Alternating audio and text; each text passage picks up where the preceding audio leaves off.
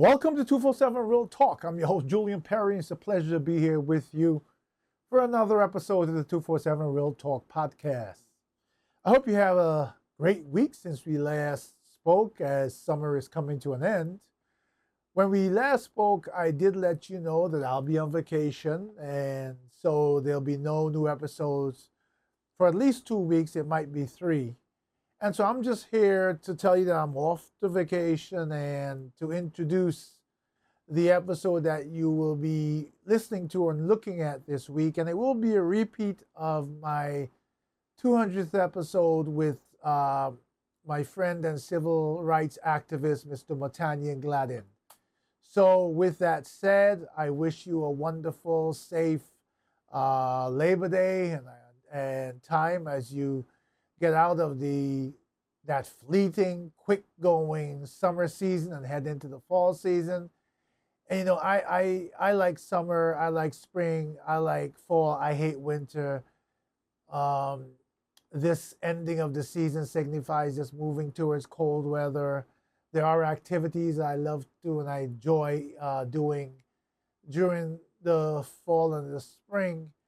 But then there's also winter activities like Christmas, right? So we have things to look forward to. So again, I'll be gone for a couple of weeks, getting some much needed R&R.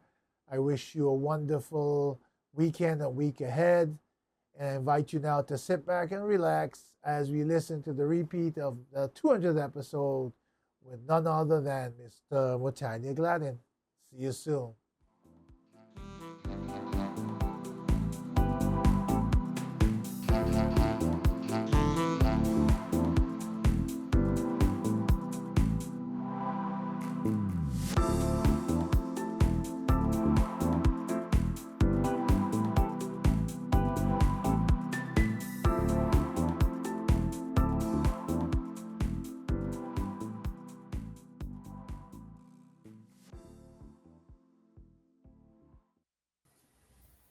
So, without further ado, I welcome you, Motanya, to the 247 Real Talk podcast. It is an absolute pleasure to have you with me. I welcome my guest to say hello to Mr. Gladden live in the flesh. Thank you so much for being here. Wow, thank you so much, Brother Julian, and congratulations big time on this 200th episode. I have been with you since day one, huge fan. You're my favorite podcaster, and I don't even really watch or listen to other podcasts in its entirety, but every Friday I'm listening and watching yours in its entirety. And the exchanges we have had subsequent to me being a fan of your show has been very enlightening. I've learned so much more on the subject of student loans and the politicization of that, and as well as your position with gun rights and all that kind of stuff, which I respect our different perspective on it, but I certainly you provide a lot of food for thought when it comes to subjects like that. So one has to take it seriously. But Uh, thank you again, no, and thank you. shout out to all of your listeners and just y'all know what you're getting. You're being fed here on 247 Real Talk. So just keep eating. Thank you so much for those kind words and the accolades. Yes, it's been a journey. I should tell my listeners before I start getting into the questions here to get your insight and input that whenever Matanya and I have an agreement, or I have to say disagreement on something, it's followed by WhatsApp messages that last for days at a time and can probably fill a script for a movie. And eventually, no one surrenders. So eventually, we have to, when we've exhaled enough, we have to agree to disagree. Sometimes we agree on some things, and some things we disagree to disagree. But I value his input. I value his vast knowledge. If you follow him or you look at his social media, you'll see the activists and the people that he's interacted with, the places he's gone, and the knowledge that he'll bring, continues to bring to us, and he'll bring to this episode this evening. So, without any further delay, I'm going to head into my first question, Motanya. Um, when I started this podcast some 200 episodes ago, one of the early topics was coming off, if I remember correctly, George Floyd and Trayvon Martin and the Black Lives Matter movements. Recently, I have not heard the same force and effort behind it. So I'm going to ask you, to your knowledge, what is the status of the Black Lives Matter movement today, and has it evolved or taken on a different face? Hmm, that's a great question. And I think that for those of us who are in that space of activism, then we're still aware of, the movement has continued. Um, it's unfortunately the the media mainstream media controls the amplification of activism in a positive way. But if there were violence associated with some of the demonstrations and lectures and rallies and stuff that we have, then that would be breaking news. That would be headline news. But right now, I think that the movement has evolved to the point where we're trying to use our political influence and activism in a more sophisticated way to demand or lean on the politicians and the Democrat Party in particular. Um, just recently, last week, uh, uh, Reverend Sharpton held his annual convention, National Action Network convention, where he has the vice president and secretaries of education and housing and all of the different ones from local and federal administrations come and speak and provide workshops on things that we can do locally to empower our community and to try to rectify some of the problems that adversely affect us as a community. A lot of times we respond and get hyped over uh, issues that gain national attention, but we also realize now that it's imperative that we work on a local level and with our city council representatives, state uh, and as well as Congress, to get laws changed. Like in New York State now, we have the George Floyd uh, uh, uh, no choking law, and we're trying to still make that federal law. But there has been legislation that has been changed subsequent to the movement of the Black Lives Movement, and I'm glad that you characterize it properly as the Black Lives Movement as opposed to the Black Lives Organization, which, as we know, there's been a lot of um, disinformation um, about the movement, the Black Lives Movement, compared to the Black Lives Organization. So, so yeah, we definitely are seeing some changes in terms of legislation and but at the same time, we realize that we don't have the majority in the House. Um, there are things that restrict the president from being able to do some of to accede to some of the demands that we have because of not having a House majority.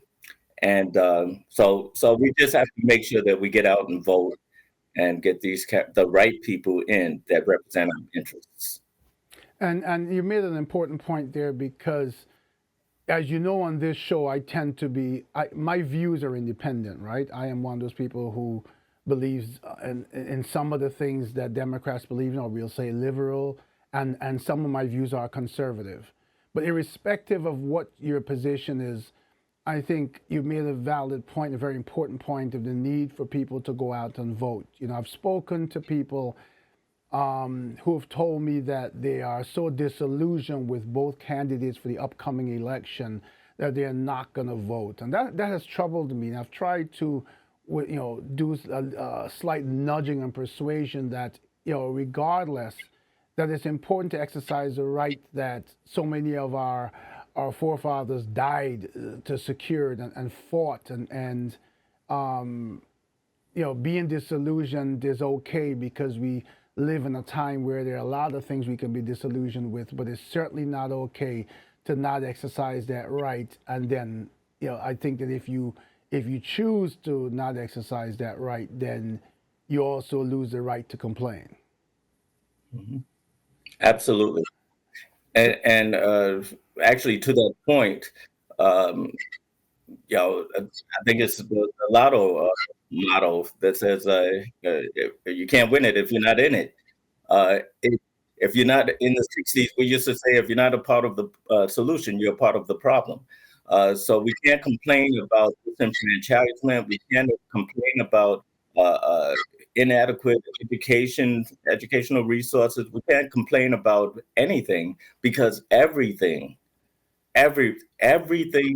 facet of life is controlled by politics and economics. Dr. Leonard Jeffries, from the chairman emeritus of City University, City College, he was the chair of the African Studies Department. He used to teach us that there's a relationship between your economics, and your economics begets your uh, uh, culture, and the culture dictates your uh let me see, it's a triad, it's a synthesis. It's the economics begets your politics, and politics begets your culture. The synthesis of those two creates your culture. And so we have a culture of disinformation about those things that can empower us and liberate us as a people. And this is something that other people don't make that mistake. The Bible says that God gave man dominion over everything that creepeth upon the earth. And it seems that everyone else is availing themselves of that power except for people of African descent. And when I say that, I don't want to, I'm saying that intentionally because I don't want to localize it to the African American experience. As you know, I travel a lot, and throughout Africa, they're going through the same thing.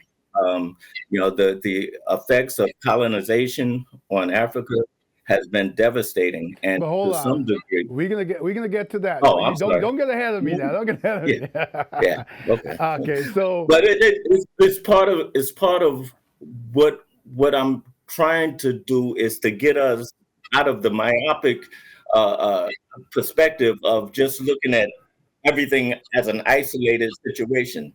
There's a continuum. There's a Pan-Africanness to all of this that needs to be addressed. And our struggle here can't be isolated from that in Central and South America or anywhere else in the diaspora, as well as Africa. yes, Mm. okay, so yes, and yes, we're gonna come to that more in a minute. I'm trying to sort of build up to where we started. So I remember early also, maybe my fourth or fifth episode, I had someone on. I think her name was Ilana Davidson.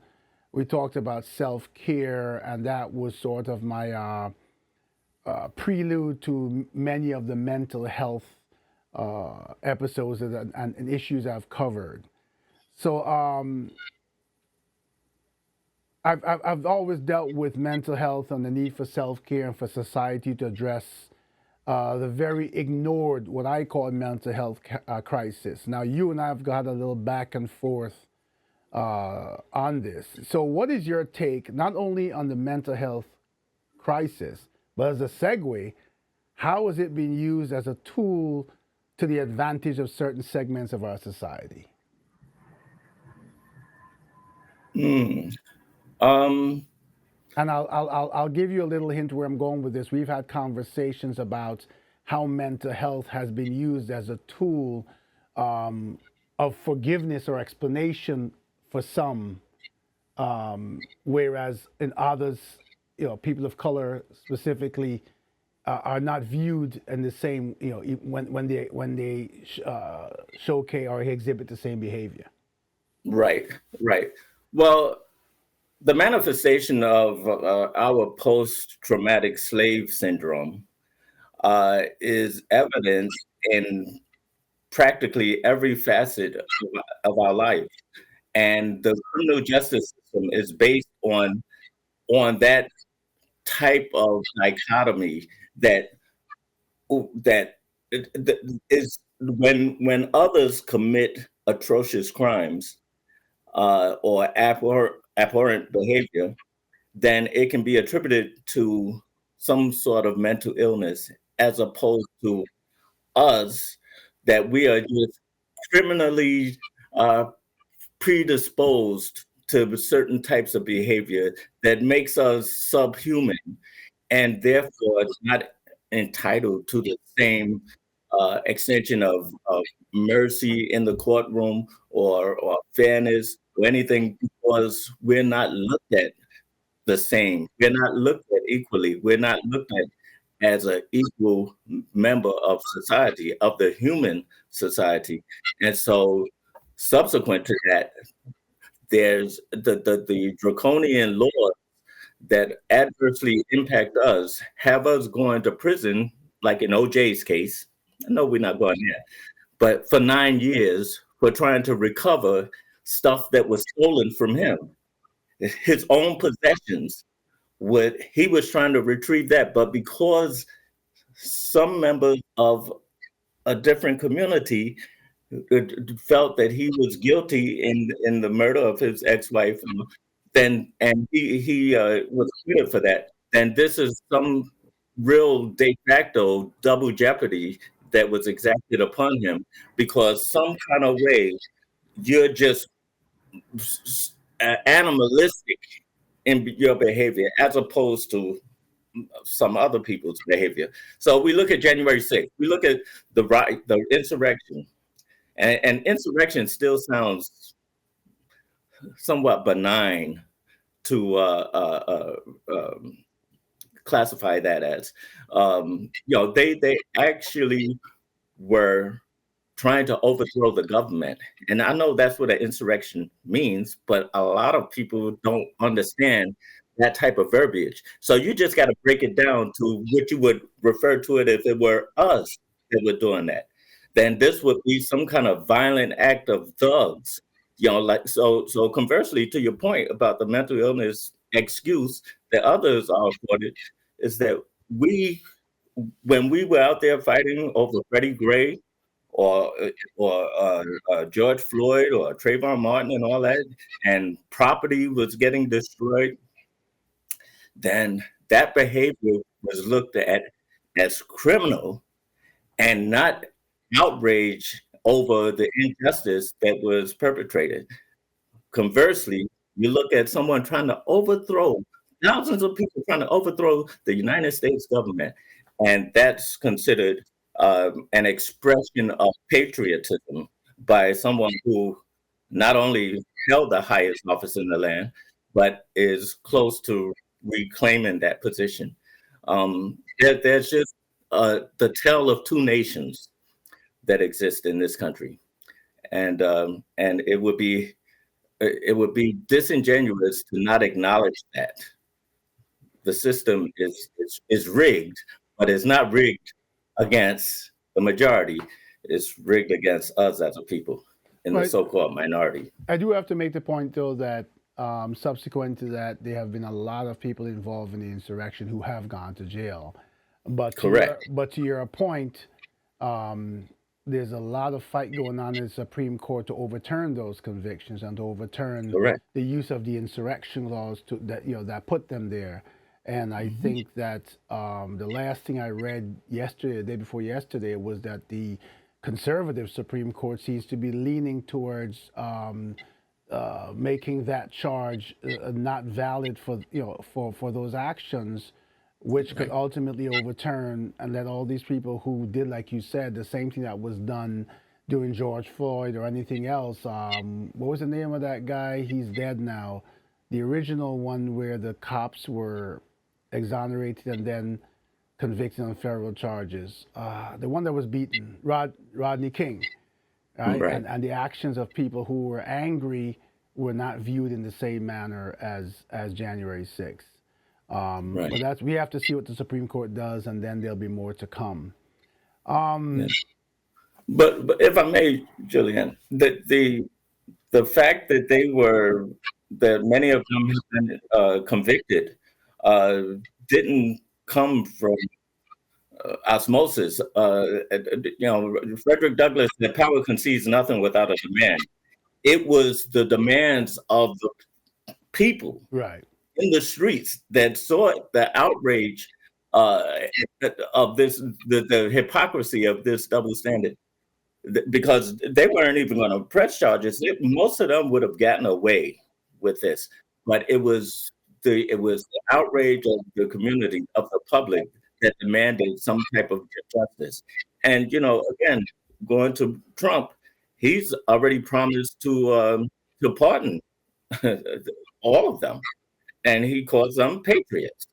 So, but if this was BLM, and BLM, they burned down, they were accused of burning down a CVS in Baltimore after the killing of Freddie Gray. We're always accused of tearing down our own neighborhoods. That's the extent of our outrage. We're not going to government property. When you see any of these types of demonstrations by Black people who feel slighted by the justice system, then you don't see them in Midtown Manhattan tearing down, 1095 Sixth Avenue. It's in, it's very controlled where we're allowed to destroy property. We Hmm. can't do it in Midtown. We can't do it at 100 Center Street, some court office or something like that. We can't do it at Foley Square, but we can do it in our so-called own communities. Right. Of course, we don't own the communities anyway. But Yeah. And I want to tell my audience, just in case, I'm sorry, we're having some audio issues. I think, Motanya, it might be your mic, but we will push through. Um, so over the past 8 years, in my opinion, we have seen an outburst of more prominent and public acts of racism. What is your take on where the racial divide in America stands today? well, I think it stands where it always stood, um, but it has been revealed, uh, because what happened during the 60s was that legislation was enacted to penalize people for their racist uh, action toward other people, namely Black folk. Um, but you can't legislate against an ideology, against an emotion, against a sense of white supremacy that permeates in the majority community.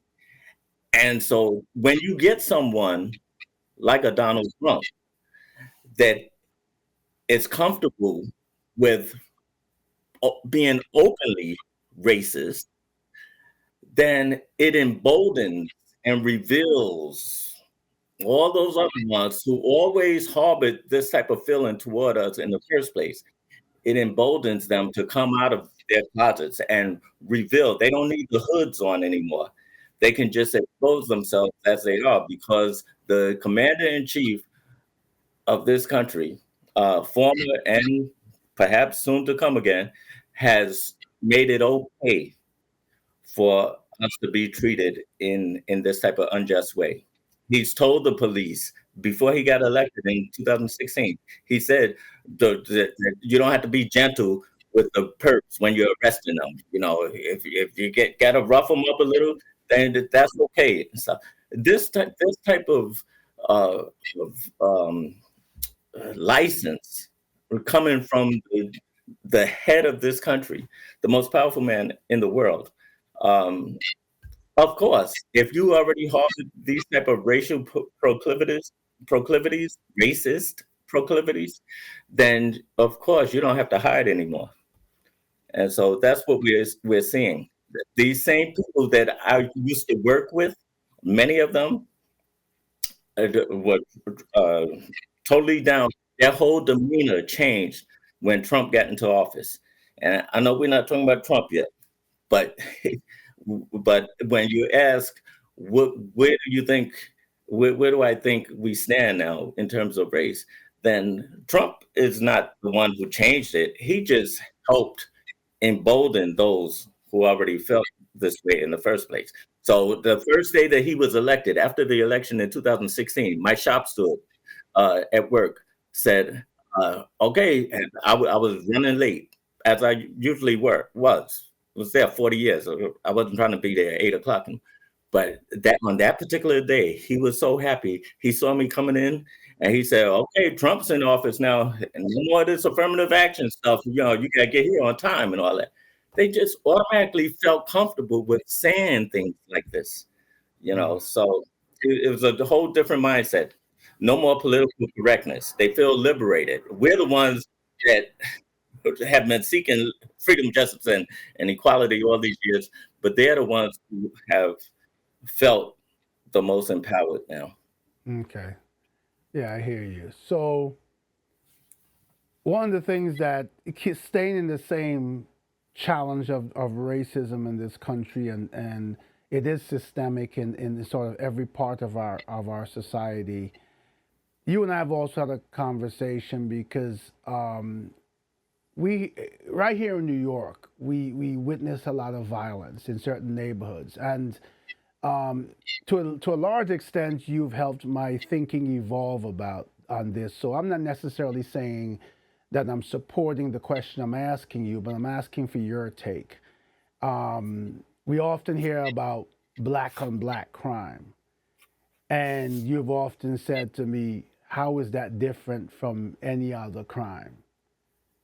And I've said, "Well, we're hurting each other," and you've made a point about how these things are reported and how they are sort of the spotlight is put on certain issues and certain areas and races for obvious gain and advantage of others. So tell us, a little bit about the conversations you and I have had about, when I first came to you and I, argued with you about my thoughts and my anger about what I was seeing going on in the black communities. Right. Well, I feel that and to be clear, we bounce off each other. We've been enlightened by each other. This shared exchange has led to some things that I had to become honest with myself about, and say that Julian has a good point on this, and so to that point, I will acknowledge that disproportionately we do commit a lot of crimes against each other. Um, I think my counter to you, and I'm getting a little more echo now, Yes, I'm but not sure why. yeah, but my counter is that when we start colloquializing terms like black on black crime, but there's no similar thing to describe other people who commit crime within their community. Like 87% of crime that's committed by whites is against other whites. Um, so we don't have the monopoly on criminal behavior.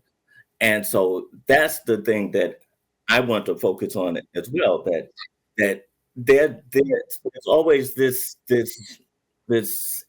narrative that what we do to each other is more pernicious and insidious. 6 million Jews were killed by other Europeans, but they won't look at that as white on white. They'll look at Rwanda, between the Hutus and Tutsis, they'll look at that as genocide and stuff, but they won't see what happened between Europeans as that type of genocide, white on white crime. They won't look at what's going on between Russia and Ukraine, white on white crime. They won't look at what's going on between China and Taiwan as potentially as yellow on yellow crime, or Pakistan and India. You know, that was one nation at one point until 1947, 48, when the British separated Pakistan, the Muslims that lived in Pakistan, and created a separate country. But India and Pakistan have been at war against each other ever since then. So the same thing, North Korea, South Korea, they don't look at that as same race fighting against each other and stuff. But there's something that's so insidious and pernicious about what we do as Black people to each other. And there's a reason why they have to create this narrative that we are so subhuman that we are not entitled to the same level of respect and human frailty, and you know, the Bible talks about us being born in sin and stuff, and we have taken that to mean that it's only us. But no, is Jesus died for everyone's sins, right? So it's not just us that's committing these type of atrocities. When we look at Parkland and Columbine and all these mass shootings and stuff, I know there's been exceptions, but the exception proves the rule. That the rule is that practically all of these cases are white kids killing each other, but we don't look at that as white on white violence. They almost have a monopoly on that type of crime, but we don't look at it in the same way that we look at it when a Black kills another Black kid in Brownsville. We just don't see it the same way. And subsequent to that, the penal institution convicts us and incarcerates us and penalizes us disproportionately worse than they do other people. Mm. And this is just unjust and unfair. Well, and that's a good segue into, and I'm going to get to where you were going before now. Your travels have taken you to many parts of the world, including several places, I know, in Africa. Tell us a little bit about your experience as it relates to Black history and your most profound conclusions. It's a mess. You know, it's a mess. We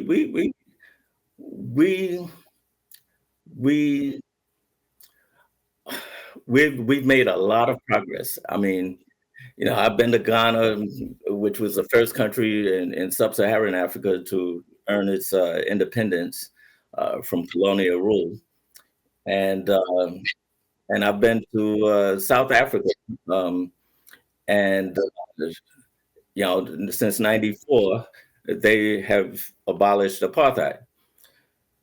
But de facto colonialism uh, and apartheid still exists in these countries. When I go to Ghana, and I've been several times now, then they're still, we're called Obrunis. What does Obruni mean? White man, foreigner. Now, this is by our brothers. Now, there's some nuance to it because they say that they don't mean it in a disparaging way. It just means that we're not native Ghanaians, so they think that Americans have money, and so they kind of associate us with being white in terms of being wealthy. But they don't realize, many of them, the history behind that and how it's an insult to us to be called white. We wouldn't even be coming visiting to Ghana, visiting the motherland, if we were trying to be white.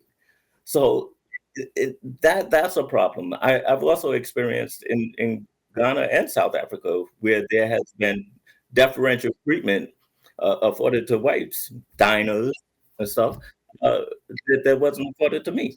You know, where I can get there 10 minutes earlier than these other people, at a restaurant, and they right there in Soweto in South Africa. This is the most recent time it happened. I'm there like an hour before this party of whites at the next table, a whole family of them. And I'm sitting there waiting for just my beer. I had already put in my order, but the guy brought the tray back with my beer and some other beverages, but he served the whites who had just gotten there like 5 minutes ago. He gave them their stuff, and I had to tell the brother, and this is a black-owned restaurant in Soweto, and I had to tell the brother, "Yo, give me my beer. What are you doing?"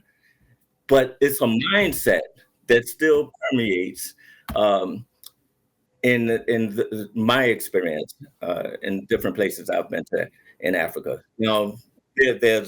There's a whole other thing going on as well. There's as we see what's going on with places like Mali and Burkina Faso and Niger right now. They're kicking out the French and all that kind of stuff. There's a real attempt to get rid of the West and the stronghold that the West has on Africa, especially the French. The French, over $500 billion per year is given to the French from African countries, former French colonies, um, as reparations, basically, for for ending colonialism.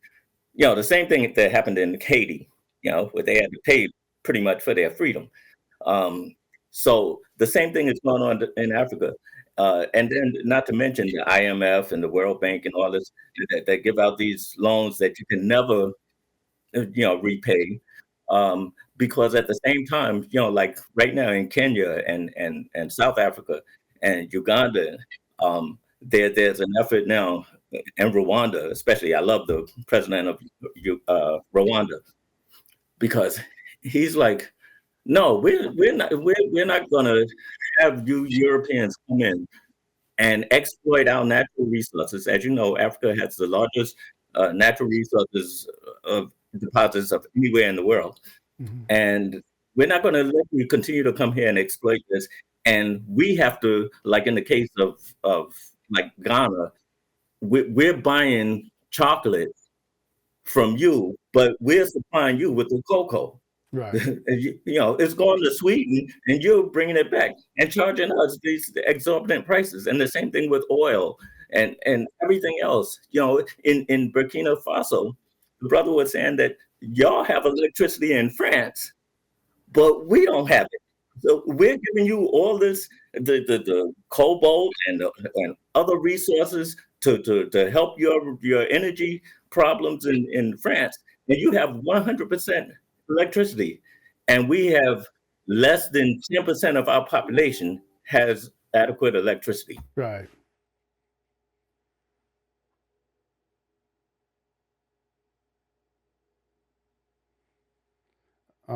Looks like we have some technical difficulties. We're going to be right back. Hey, folks, we're right back here with you. We apologize for the little break in coverage. Motanya had some issues with his laptop, but he's back on, and we're going to continue this most intriguing conversation. So you were telling us about Africa. Right. Yeah. So basically, what I was saying is, you were asking about the my observation and experience Yeah. traveling throughout Africa and the diaspora.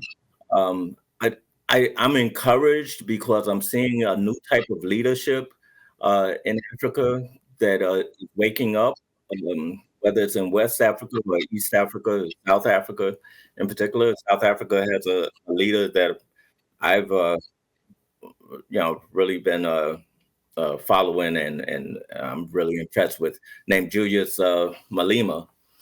He's potentially going to become the next president of South Africa in the elections next year. But in terms of, we're making so much progress. That's the discouraging thing. Every time it seems like we're making progress here, in these United States, then you kind of feel like this is a movement that's exploding around the world. And then when you get to other places, even uh, the Caribbean, then you see that we still have a long ways to go, because it's a mindset. It's a mindset that everything is isolated. Instead of Kwame Nkrumah, he was one of the founders of the Pan-African movement, where he wanted to implore all of us throughout the diaspora to have one goal, one aim, one destiny, as Marcus Garvey talked about, so that we would not separate our issues based on where we reside, but we would, because there's less power in that type of fragmentation. So he's trying to get Africa, all 54 countries in Africa, to have one currency, one ideally one leader. And this was originally the purpose of the Organization of African Unity that was founded back in the 60s, to have this type of Pan-African movement where there would be one Africa. The same thing that was done with the Euro.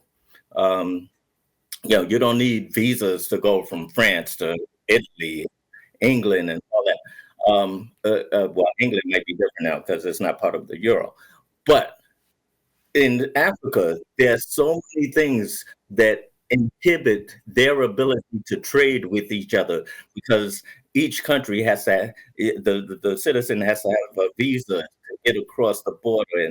And these borders are artificial in the first place because they were created by the European colonizers as a result of the Berlin Conference in 1884 to 1886, when Africa was split up and divided, and by the Pope. He said, "Okay, you take this territory. The Germans could have Tanzania, which is back then it was called under the German name Tanganyika, or the Belgium could have Rwanda, and the British could have Ghana, and the French could have Cote d'Ivoire, or the Ivory Coast."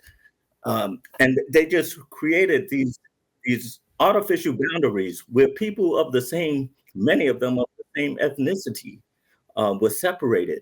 And the same thing happened in these Americas, the Western world. And so that type of division still exists today, and it's inhibiting growth. And this is what was stifling the growth of the European countries, because they're such small countries. So they united, and they have one currency and all, and they have more power now as a result of that. And so the same thing is being advocated in Africa right now under the current leadership. So when you hear about these coup d'états taking place in Africa, particularly in West Africa, then you have to be encouraged by that, because this is a movement of self-determination to break the chains of colonialism and neo-colonialism that continues to have a stranglehold on the growth of Africa. And another thing that Paul Kagame talks about is now you want Africa to join the rest of the world with this climate control thing and green energy and all that. After you have made your money off petroleum, you have become the wealthy nations that you are, full of all this military might and all that, based on our natural resources. You weren't thinking about the environment. You weren't thinking about green energy then. But now that we want to start using it for ourselves and stop exporting, but using it for our own development, then now all of a sudden you want us to cut down on oil, on fossil fuel. And it's just another way that they want to stifle the growth and development of Africa. Okay. I know that we could, that passion, I know that we could go on for a long time, but I gave you some questions about your expertise, and I'm going to shift just for a moment to things outside of the ethnic conversation, and I'm going to switch to something that you and I talked about in another part of one of the topics I covered, and that is healthcare and the healthcare industry, and their lack of empathy for the sick and their failure to take responsibility, and the fact that I had a situation, and you reminded me of one of yours, where they put the burden of proof and sometimes the financial responsibility on the patients when it's theirs. And I know you experienced something. So, what is your take on that based on what you experienced? Well, I'm glad you brought that up because I probably told you about this a few weeks ago, and my own personal experience with that, what I told you about, was a surgery that I had um, back in 2022, and my insurance paid for it, paid the surgeon and all that. All I owed was a copay. But all of a sudden, 2 years later, I'm getting a bill for the same amount that my insurance company already paid, already cut a check for. It was over $6,000. And so I'm getting a bill for this $6,000, and it doesn't have my surgeon's name on it. It has some other guy's name who I wasn't familiar with. And so I went back to, well, I spoke to them on the phone several times, and they were like, well, I don't know, but it shows that this is an outstanding debt. And I'm like, 2 years later, I'm just getting this. And they said, we don't know what happened, but yeah, it shows that this is it, but we'll look into it. So then I ended up going back to the doctor's office out in Long Island, and to try to ascertain, what was really behind this. And they said, well, we'll look into it, but contact your insurance company as well. So my insurance company is the one that told me that we already paid this. What they're trying to do is charge you for a PA. Now you help me with what that means. I think it's Prior physician assistant. authorization, yes. Yeah. So apparently my surgeon who was in network, had a PA that was out of network sit in on my surgery. And so they're charging me because the insurance company doesn't cover the PA. So they're charging me a separate thing that I'm responsible for I think it was $6,100 for this PA. Well, I didn't agree to having a PA there. I'm under anesthesia. I don't know who else is in the room. In that case, if in that reference, so PA is normally prior authorization, but I think you're talking about physician's assistant then. Yeah, physician assistant. Yeah. Yeah. So apparently they said I owed this guy. So my insurance company said, well, you should fight it, but as far as we're concerned, we're not involved in this because we already paid the primary surgeon. Right. So I just yesterday got that cleared up, where all I owed was a $250 deductible, and I still don't understand why I had to pay that because it's over 2 years later, and I didn't receive a bill. I thought everything was already done. But so what made me curious is if this was some type of attempt at double dipping or fraud on behalf of the doctor's office. Is this something they commonly do? And maybe people that have a lot more money than me, which is the majority of people, would just write a check and think that they owe this. Yeah, I think it is, because in my case, if you remember me recounting, I actually went to bat for the insurance company because in my case, I had equipment that was recalled by the manufacturer. Mm-hmm. And as far as I know, my knowledge, if the manufacturer is saying, look, we have a problem with our equipment that's a health hazard and we're going to replace it, if the insurance company already paid for the original equipment, why is Apria now allowed? I'm going to call their name out because up to this day, they never got back to me to say, They looked at the fact that they erroneously submitted the claim and were hounding me down for money that I had nothing to do with, right? It's like I'm driving my car and Toyota says, hey, we got a recall, we'll take your car and give you another one. Okay, equal value. I'm done. That has nothing to do with me.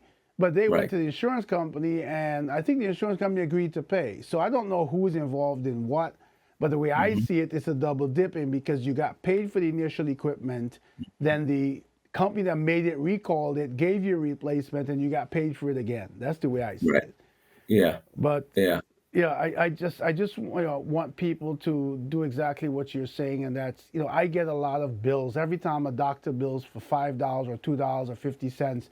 You get these 6 envelopes in the mail that, I think they put all that text on 12, 10, 15 pages to discourage you from reading it, right? Because I can't understand. It's just a waste of paper. But I think that so many people just go ahead and pay rather than deal with a system that's designed to overpower, frustrate you, and then tell you that you're liable. And then in that same action, because they have the power and their money, they will destroy you by destroying your credit or things like that. And you can't fight back because you don't have the resources or the time. Right. So, And that's what's so frustrating, because I was telling them, you keep sending me this bill and calling me, and I don't want this to go into collection. Right. So it's obviously not my fault that you used the PA by the time I did find out that that's what it was.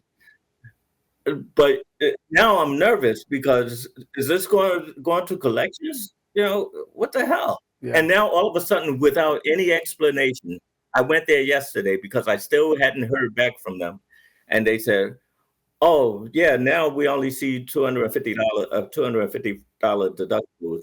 I said, "Well, what about the 6,100?" She said, "Well, it's not there anymore, so I guess they took care of it." So I'm hoping that later on, I'm not going to. I would like to have something in writing, explaining what the mix-up was and that it has been satisfied. Because the worry about that is, and I dealt with something else. I don't think it was the healthcare industry, but I dealt with something else where I resolved it on something on that front, and then like 3 years later, I get a letter from a collections company. Because these people are so dishonest. They will, at the end of the year, at the end of the tax period, they will write off that as a loss and still turn around and sell it to a collections company to get what they can out of it. Right. So all of a sudden, they wrote it off on their taxes, they're good to go, and now you're being hounded by a collections company who bought this for pennies on the dollar and is out there for profit, right? So, I mean, it's a terrible system that, again, because people, middle income and lower income people are the ones more susceptible to it, right? Because we don't have the means, or the ability, or we don't know the right people to fight back. Whereas people of privilege can make a phone call and it all goes away. So, I'm gonna keep this moving. Don't want to make it too long for our listeners, but one other thing I wanted to touch on. I think I mentioned that to you. It might have been earlier today. I sent you an article where I was so happy to see, and I don't know if this podcast had anything to do with it, but there's been people in Albany who have put forward bills to change the squatter laws, and there was a case that I highlighted where this lady in Flushing inherited a house from her father who was deceased, and she went there when the neighbors told her that people were living in the house, and she got there and she went in and found people in her house, and she argued with them, and then they walked out of the house, and she had a locksmith come right away and spend hundreds of dollars to change the locks, and then the people returned right in front of her, sort of had a tussle with her and broke into the house, and then she called the police, and the person said to the police, "Well, she's a landlady and she's harassing me," and they handcuffed her and arrested her. It turns out that ultimately the Queens DA got involved, and when they investigated, they found out that not only this guy was squatting, but he was renting out rooms in her house. As of today, he's arrested. He's been charged with several charges, and he could face as much as 15 years in prison. Um, I understand that sometimes people who squat, I mean, maybe in some bad situations, and everything is black and white. But we know what it is to work hard to own something of your own and what your home means to you. And for someone to violate you like that, and for New York and around, it's actually not a New York law, it's a federal law. It's something that ultimately, while states are now looking at making changes and implementing state laws to handle the problem, it's something that needs to be solved by Congress because it is a federal law, the squatter law. And I was very happy to see that something's being done in New York at least. I think there's some other states. I forgot 2 or 3 other states are also pursuing the same. And I'm not wishing. I don't know this fellow's life what it's like, but I'm sorry if he has to be the example. But maybe there needs to be an example made so people squatters understand now that when someone goes on vacation, you decide to break in and stay in their home, and they come back and they have to find some place to stay because you've taken over that. It's such a personal space, your home. Your memories, your everything is in there. And to have a stranger living there and you have to walk past your own home and can't enter, but you can't stop paying the bills. You have to pay the lights to get, it's just in this day and age in 2024, I think it is shame on us as people of quote unquote intelligence and lawmakers to allow something like this to not only exist, but to not rapidly respond to fixing this issue. So I wanted to bring that up because I think that it's something that I really felt pain for the people who experienced it. Yes. So, But can I say something to that? sure. The and I agree with you, and I was totally unaware up to that point that that type of squatter law thing was a national Yeah, law, a federal law. Uh, and one of my best friends, I think I told you, he was a victim of this type of thing where he lost his mother's house to someone else altogether. She died, and nobody was in the house for maybe a year or so. And then when he wanted to sell it, then he discovers that somebody else is living there, and they've made renovations and everything, and he can't do anything. But well, now but what I wanted he to say can. about that also is that it also is a shame. I don't know what inspired the squatters' rights and stuff, Right.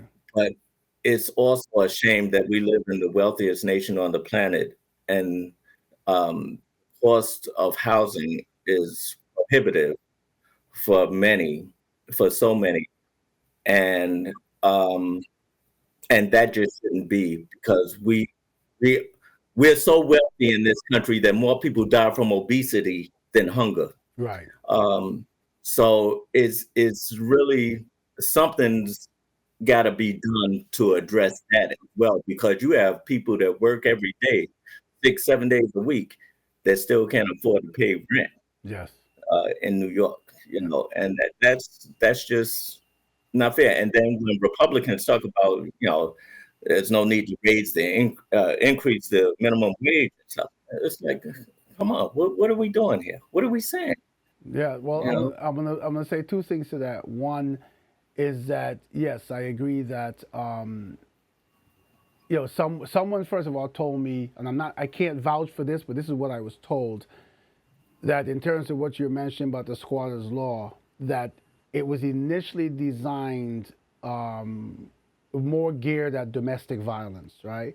Where you'd have a couple and a young lady would be living with a partner, whatever, and then she'd have a few kids, and then whatever happened, and you would kick her out the house after you're living there in that law. So it wasn't designed for what is being taken advantage of and used for now. It was designed to protect people who were living in the house and someone just wants you to come home and they want to throw your bags out in the street and your kids and everything else.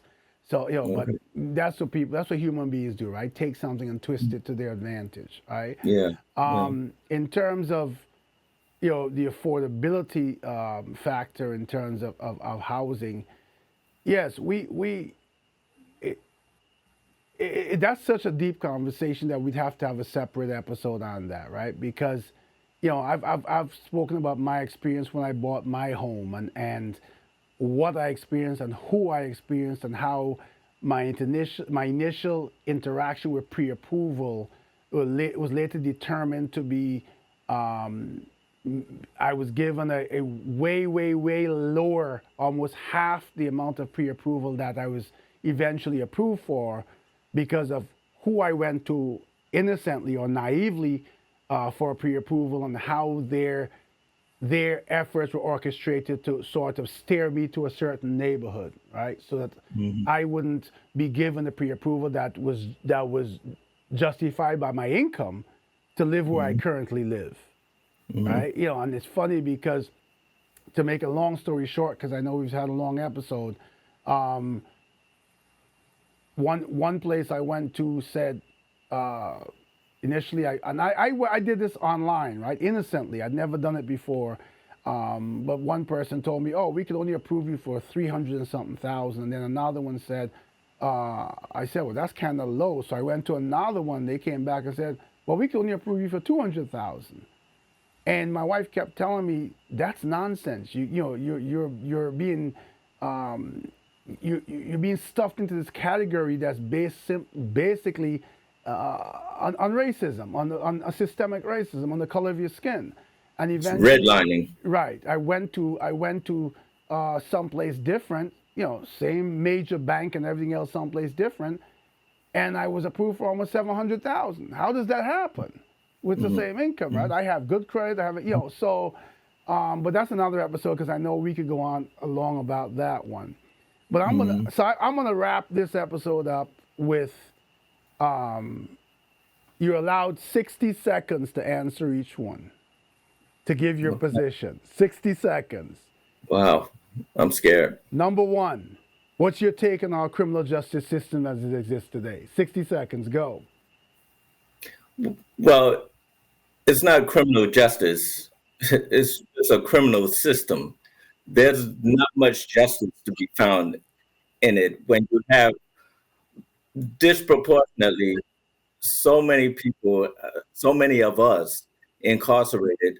It has had little to do with the reduction of crime. We have more people incarcerated in this country than anywhere else in the world, yet and still we have more homicides. We have more serious crime than any other industrialized nation in the world. Okay. So the criminal justice system is not working. Okay, it's hard to keep you. I know that. That's why I did that, because I know where that will lead to. Oh. Number two, and this one I'm gonna make sure you stick to 60 seconds, because I know this is an explosive for you. Policing in America. Policing in America. Well, I don't want to get in trouble or get you in trouble, but I would say that the why is it that the neighborhoods with the most police also have the highest crime rate? The neighborhoods that have the fewest amount of police have the lowest crime statistics. That's just a fact. So people can infer from that whatever they want, but more policing does not necessarily mean a reduction in crime. Okay.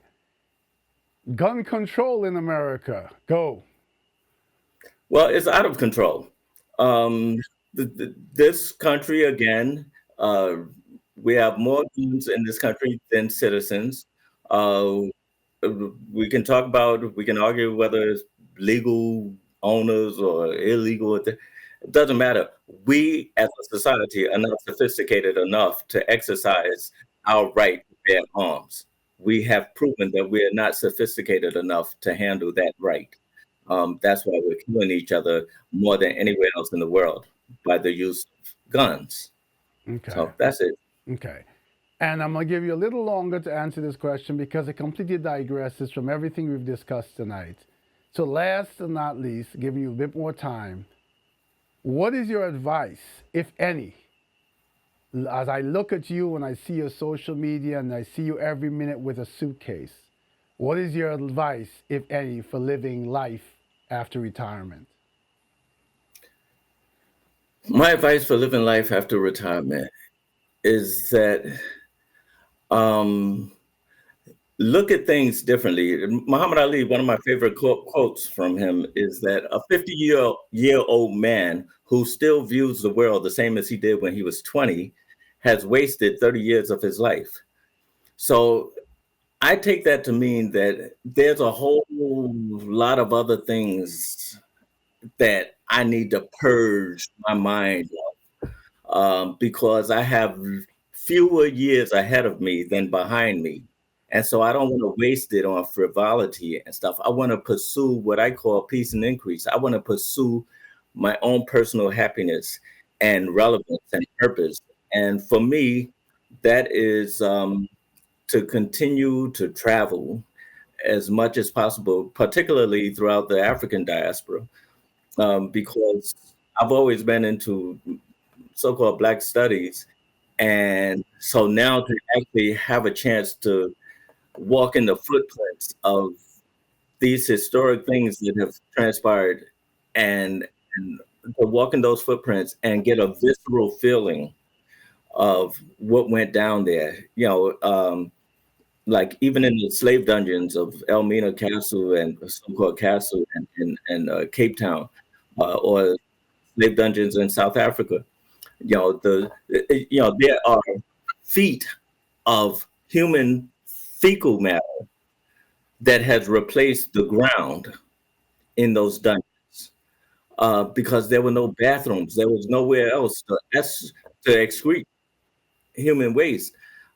So, I mean, the horrors of this experience, to be able to walk in that space, then I have a better appreciation for the African struggle and the urgency for liberation. And so that's what I want to dedicate these retirement years with, by pursuing answers to these questions and purpose, and to share my social media with everyone, that they may get to at least see things for themselves that they otherwise would not be able to go and travel to themselves.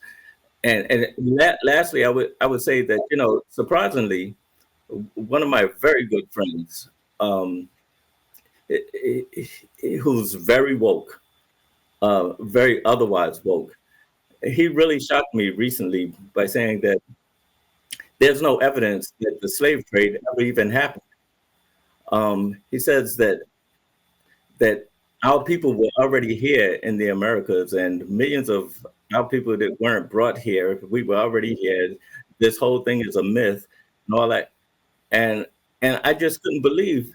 And so I did a little research and found out that there were others who thought like this, like I guess Holocaust deniers, Jews that are Holocaust deniers. And so I'm thinking that, it's really an uphill battle, just that's African saying that once I rid myself of the enemy from within, the enemy outside of me can do me no harm. We still have people within our own community that have become the biggest hindrance to our growth. I said, how can you say that slavery didn't happen when your last name is not Nkrumah, your last name is not Mandela? You bear the last name of the slave master who owned your ancestors. And that is the case whether we're here in America, whether we're in Guyana, whether we're in Brazil, whether we're in Mexico, wherever we are throughout the diaspora. If we bear the name of the slave master, then that means that our ancestors were enslaved, because otherwise we bear the names of our indigenous people of West and all throughout Africa. Okay. So, on that note, Yes. we've had what I expected, a very intriguing episode. I know that I can guarantee you that I will hear from a lot of my subscribers and listeners who will want you to come back again, just as I do, to sort of hone in on some specific topics. I tried to cover a larger range on this episode because it is the 200th episode, and I wanted to span it a little bit. There's been so much more that I've covered over the years, but there's a lot more we have to talk about. There's a lot more things as we get closer to the elections that I'd like to have you back on to give your position on. We'll work offline meantime to get your audio hooked up, me and my techie stuff. But again, I am beyond humbled for your presence here on this episode. I am beyond humbled for your continuous and undying and tenacious support. I have a decent subscriber base, but there only one or two people who pursue me to ensure that I continue to do what I'm doing, even when at times I get tired or I get discouraged. As I mentioned to you when we spoke, I think last week, a lot of people don't understand how much equipment there is here that they don't see and how much goes into preparing each episode. I look back at when I first started, I listened because it was audio only then. And even for myself, I can see how much I've grown because of the encouragement of people like you and others. When I first started not the YouTube, because I was on, I forgot the name. I was on a cable network for a short period of time. And then I decided that got me into the world of doing video as my podcast. And when I ended that relationship, I decided to continue it on YouTube. But it takes a lot to sit in front of a camera to get used to it and eventually become the natural you that people can start listening to what you're saying rather than look at what you're doing because you're so nervous. So I thank you again for the encouragement. I thank all of my subscribers. It's been an absolute honor and privilege to have been here for 200 episodes and still going. I'm looking forward to the next big celebration of episode 300. But again, to you, Motanya, thank you for being a guest on the show. Thank you for being, as I said, a tenacious, ever energetic supporter. Thank you for your loyalty and for listening to each episode. I appreciate you. I appreciate all of my listeners. This has been an absolute honor and privilege in my life. As I say over and over again, I think that this is my life's calling to reach out to those out there and to get us together as a movement to make a change and a difference, not just in terms of what we spoke a lot about tonight about race, but there's so much more out there. There's so many levels of inequality that are just not tied to race that we need to be energetic and pursue in making this life better for all of us and our children, our grandchildren, and those generations to come. So I thank you so much. I thank you for your activism and the work that you do in continue, and you are a continuation of Martin Luther King. Whether you accept that accolade or not, you are a continuation of his dream and all people who pursue that activism. And so I thank you again, my honor and privilege. I look forward to continuing to do this. I feel blessed and honored to do this. And until the next episode, 201, I give my appreciation to you all. As I always wish you a great weekend, a great week ahead. And until we meet again, take care of yourselves and please take care of each other. Thank you, Brother Julian. Thank you so much.